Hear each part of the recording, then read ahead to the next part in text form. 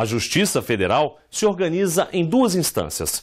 A primeira é composta por uma seção judiciária em cada estado e a segunda por 5 tribunais regionais federais.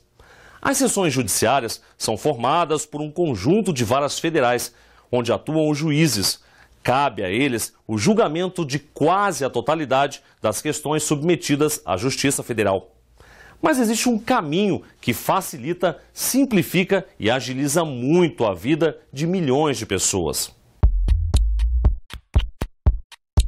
Eles representam o Poder Judiciário Federal e desde 2001 quem precisa lutar na Justiça por alguma causa federal pode buscar os juizados especiais. No ano de 2001, por meio da Lei 10.259, foram estabelecidos os juizados especiais federais, ou seja, o juizado especial no âmbito da Justiça Federal. O juizado especial sendo uma justiça simplificada, por assim dizer, um meio mais acessível à prestação jurisdicional, com certeza foi uma experiência que deu certo no âmbito da Justiça Estadual, daí porque ela foi estendida à Justiça Federal.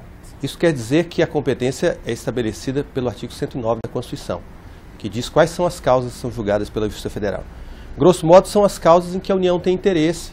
A União, as suas autarquias, as suas empresas públicas ou as suas fundações, o que abrange um grande número de entidades. Depois da criação dos JEFs, como são conhecidos, o conceito de justiça para a maioria da população mudou muito. Hoje ela pode caminhar com as próprias pernas em busca de um serviço que promete exatamente agilidade e independência.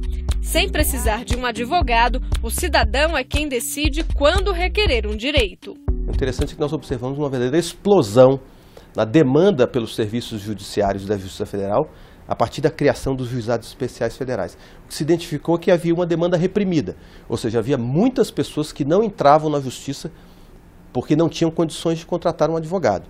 A partir do momento que esse serviço se tornou gratuito e a partir do momento que prescindiu-se da presença do advogado para a propositura da ação, um número enorme de novos processos apareceram no âmbito do Juizado Especial Federal. Problemas relacionados à Previdência Social lideram o ranking das reclamações por aqui. Mas na seção judiciária do Distrito Federal, boa parte das ações vem de servidores públicos. Vale lembrar que pessoa jurídica não pode ser parte no processo e que o valor das causas deve ser de até 60 salários mínimos, cerca de R$40 mil.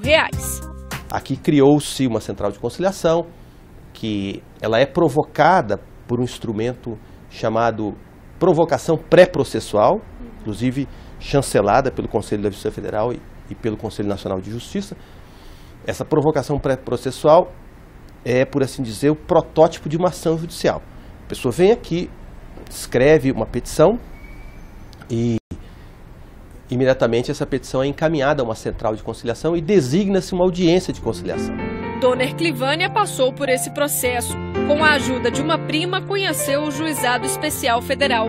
Mãe de 3 filhos, a empregada doméstica descobriu uma doença grave e não pode mais trabalhar. Fiquei impossibilitada de trabalhar pelo cansaço, até mesmo para tomar um banho eu canso. Imagina para cuidar de filho dos outros, né?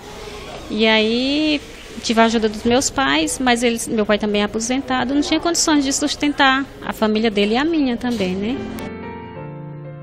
O cansaço fora do normal chamou mesmo a atenção dela e com apenas 38 anos foi diagnosticada com sopro no coração. De lá para cá tenta se aposentar, mas o INSS não concede o benefício. Hoje vive da ajuda da pensão alimentícia dos filhos e do dinheiro do Bolsa Família. Estava passando por necessidades, aí dei entrada, aí veio negado. Se eu não me engano foi em 2010 que eu dei entrada, mais ou menos.